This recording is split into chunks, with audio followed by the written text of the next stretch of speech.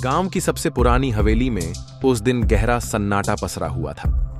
सुबह सुबह ही खबर फैली थी कि हवेली की बुजुर्ग मालकिन शारदा देवी का निधन हो गया है।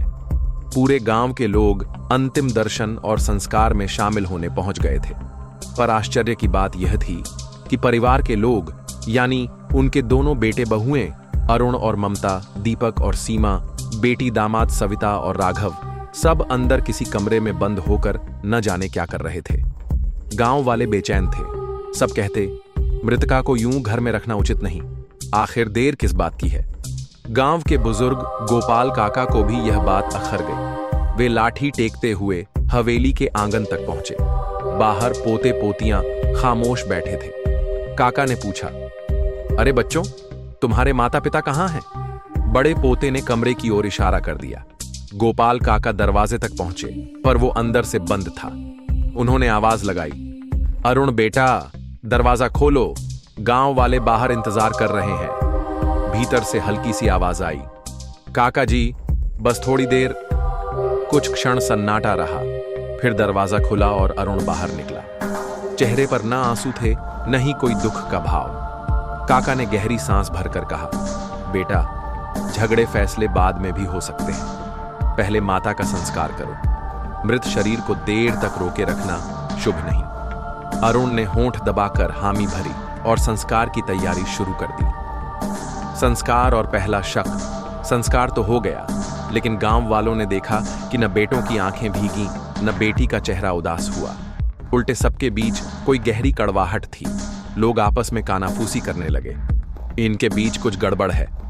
और सच ही उसी शाम हवेली से चीख पुकार की आवाजें आने लगीं। गांव वाले फिर इकट्ठा हो गए। अंदर बहू बेटी और बेटों में जोरदार झगड़ा हो रहा था। तुम लोगों ने हमसे धोखा किया है, सविता चिल्लाई। अरे, तू तो अक्सर मां के पास आती जाती रहती थी, कहीं तूने ही तो। दीपक ने पलटवार किया। हम पर उंगली उठाने से पहले अपने घर वालों को देखो, ममता गरजी। गांव वाले माथा पकड़कर रह गए। तभी गोपाल काका अंदर पहुंचे। अरे नालायकों, अभी मां को गए दिन भी नहीं बीता और तुम आपस में कुत्तों बिल्लियों की तरह लड़ रहे हो। आखिर मसला क्या है? असली राज झगड़े के बीच काका की नजर कमरे पर पड़ी। बिस्तर उलट पलट था, आलमारी खुली हुई थी। वे सब समझ गए। तुम लोग मां के सोने के कड़े ढूंढ रहे थे ना? ये सुनते ही सब चौंक गए। काका जी, आपको कैसे पता? अरुण हकलाया। काका हंस पड़े, क्योंकि वे कड़े इस घर में हैं ही नहीं।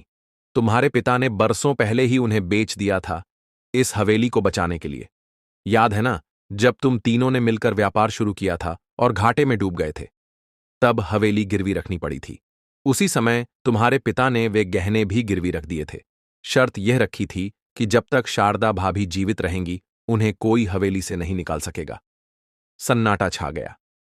काका आगे बोले, भाई साहब ने तुमसे छुपाया, क्योंकि उन्हें पता था कि तुम लोग उन गहनों के लालच में कम से कम मां की सेवा करोगे, वरना तुम्हारे लिए तो माता पिता केवल बोझ थे। दीपक, अरुण और सविता एक साथ बुदबुदाए। मतलब हमें धोखा दिया गया? काका ने गुस्से से कहा। धोखा नहीं, सच्चा सबक। जिस औलाद ने माता पिता को ही ठग लिया, उसे धोखा मिलने का कोई हक नहीं। तुम्हारे मां बाप ने अपना स्वाभिमान बचाया और तुम्हें लालच में नंगा कर दिया।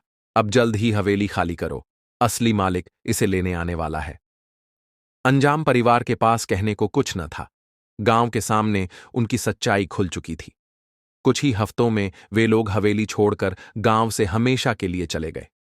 हवेली खामोश हो गई, लेकिन गांव वाले कहते रह गए, देखो, लालच इंसान को कैसे बर्बाद कर देता है। शारदा देवी तो चली गईं, पर जाते जाते अपने बच्चों की असलियत सबको दिखा गईं।